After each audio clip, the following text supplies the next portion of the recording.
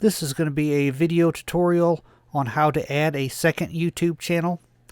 The way you do that, go to YouTube, just a regular YouTube search page. Click on your icon in the top right corner. Go down to where it says Settings, click on Settings.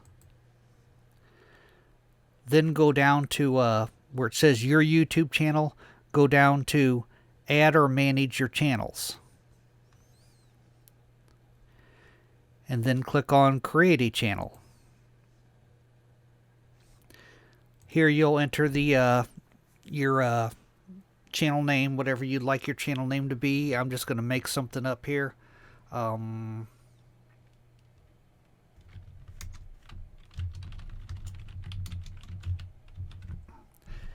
click Create.